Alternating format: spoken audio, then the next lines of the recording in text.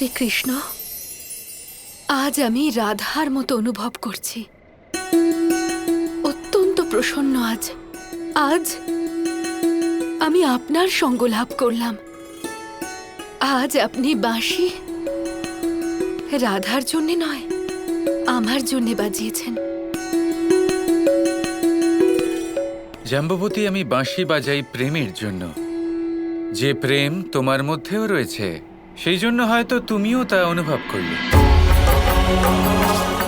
শ্রীকৃষ্ণ, আপনি বাঁশি বাজালেই কি সত্যি গাইরা ছুটে চলে আসে? শুধু গাই কেন, যার মধ্যেই প্রেম থাকবে সেই ছুটে চলে আসবে।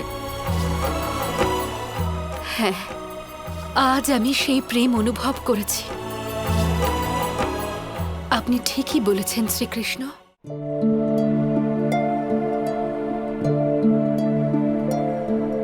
তুমি নিজের সন্তানের সাথে ঠিক করছো না। অর্থাৎ? আমি কবে থেকে তোমার সাথে কথা বলবো বলে অপেক্ষা করছিলাম জাম্ববতী।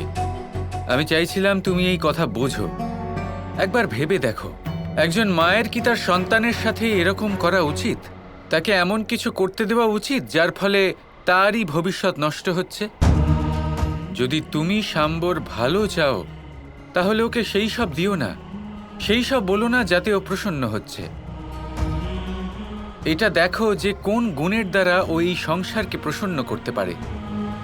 মাতা পিতা হবার দরুন কখনো কখনো শাসন করা স্নেহের থেকেও বেশি গুরুত্বপূর্ণ হয়ে যায়। এই যে স্নেহ, কখনো কখনো এটাই ভালোবাসা মনে হয়, কিন্তু এই স্নেহই আমাদেরই সন্তানকে তার বিনাশের পথে নিয়ে যায়।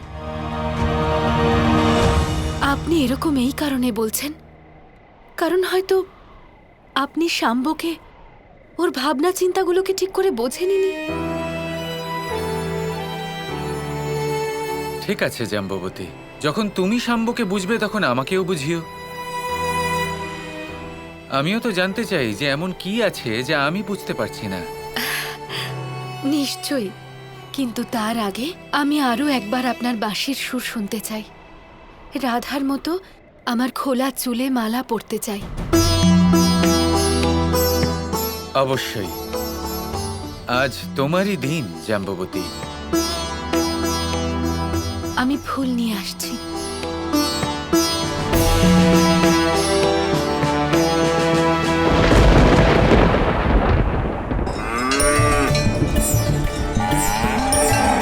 এক গাইয়ের জীবন কতটা সুখের, কতটা পরিতৃপ্তির।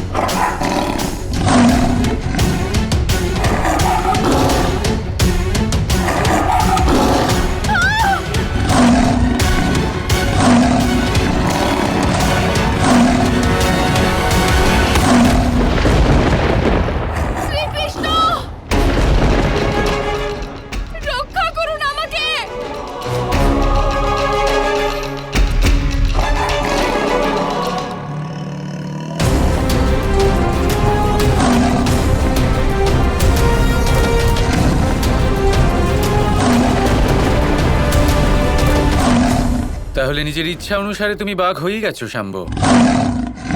যদি আমার ওপর আক্রমণ করতে চাও তাহলে তা ভুলেও ভেবো না। এ হলো আমারই লীলা শাম্ব। শ্রীকৃষ্ণ, রক্ষা করুন আমায়! তোমাকে রক্ষা করার জন্য আমায় অন্য কারোকে বলিদান দিতে হবে জাম্ববতী। এই বাঘ এখন ক্ষুধার্ত, শিকার করেই তবে যাবে। আপনি যাকে খুশি বলিদান দিয়ে দিন, আমাকে রক্ষা করুন এই বাঘের হাত থেকে। আপনি আমাকে নিজের সাথে নিয়ে এসেছেন। যদি এটাই তোমার ইচ্ছে তাহলে তাই হবে জাম্ববতী।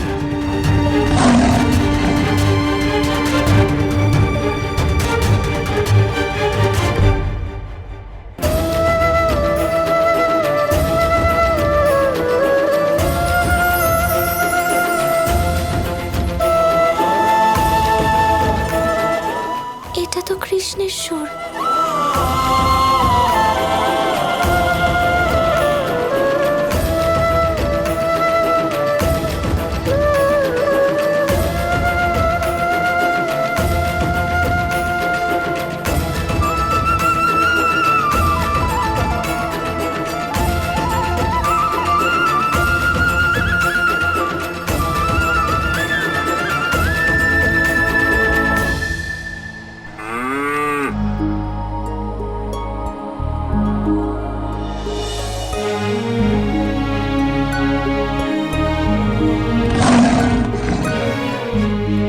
বাঘ এখানে?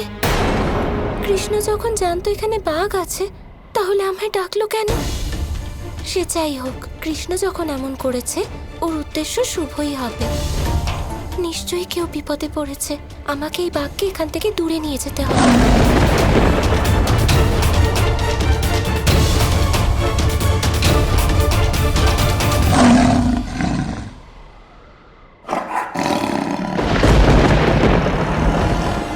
আমি জানতাম শুধুমাত্র তুমিই এমন করতে পারো রাধা।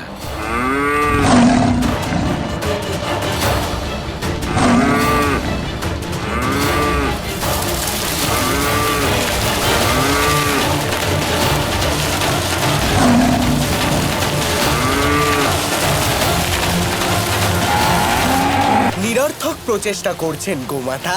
শেষ পর্যন্ত আপনাকে আমার আহারই হতে হবে।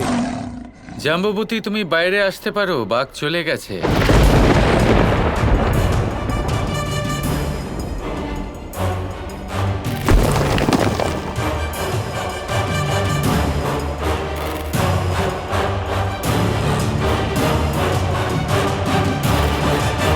কিন্তু কিভাবে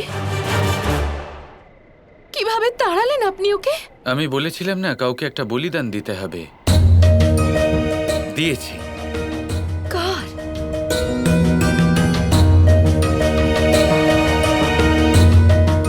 এই গাই।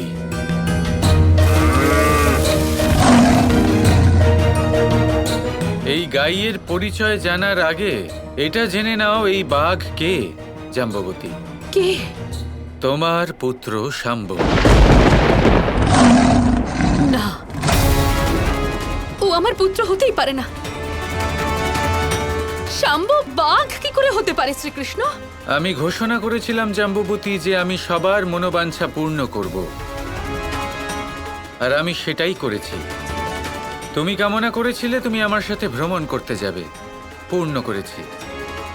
রাধার মনোবাঞ্ছা ছিল যে ও একটি গাইয়ের রূপ ধারণ করে বর্ষণা চলে যাবে। ও সেই রূপ ধারণ করেছে, ওর কামনা পূর্ণ হয়েছে। আর শাম্বর কামনা ছিল যে ও বাঘের রূপ ধারণ করে গাইদের শিকার করবে। শাম্ব বাঘ হয়ে গেছে, ওর মনোবাঞ্ছাও পূর্ণ হয়েছে।